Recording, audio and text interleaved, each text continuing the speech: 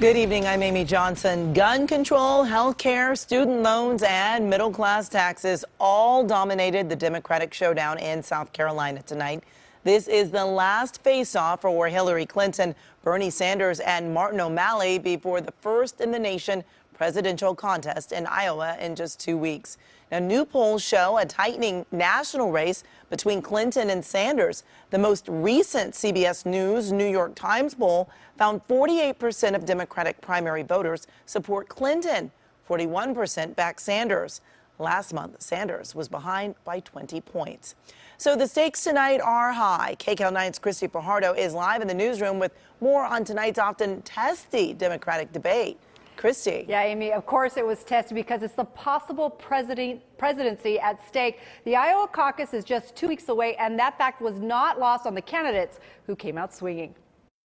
You're the only one on this stage that voted to deregulate. The slugfest in Charleston had no knockouts, but plenty of blows. The two frontrunners trading barbs over Wall Street. I don't get personal speaking fees from Goldman Sachs.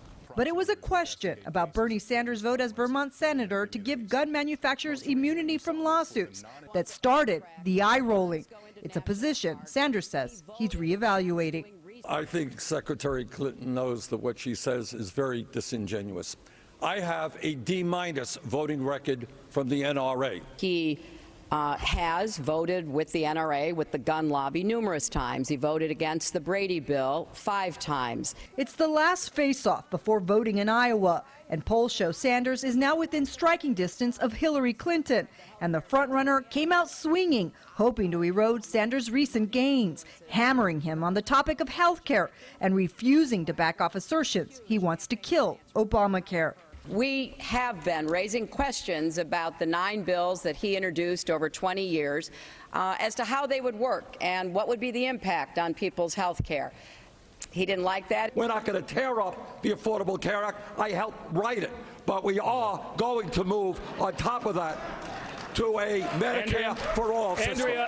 It often seemed like a two-person debate, the senator and secretary lobbing zingers at each other, ignoring former Maryland Governor Martin O'Malley, who fought to weigh in.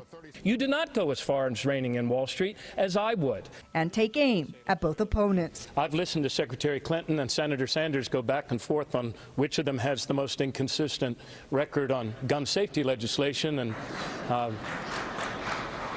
and I would have to agree with both of them. They've both been inconsistent. He was also the only candidate to say Donald Trump's name, hoping more voters will soon know the O'Malley name.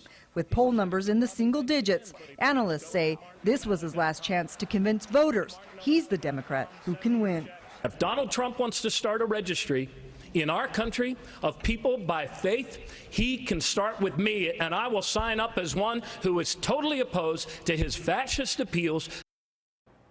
It's unlikely O'Malley turned things around tonight. He's just too far behind, but Sanders had much more at stake. Polls show him trailing Clinton by 2 to 4 points in Iowa and also catching up in New Hampshire, which are the first 2 races in the primary season. Back to you.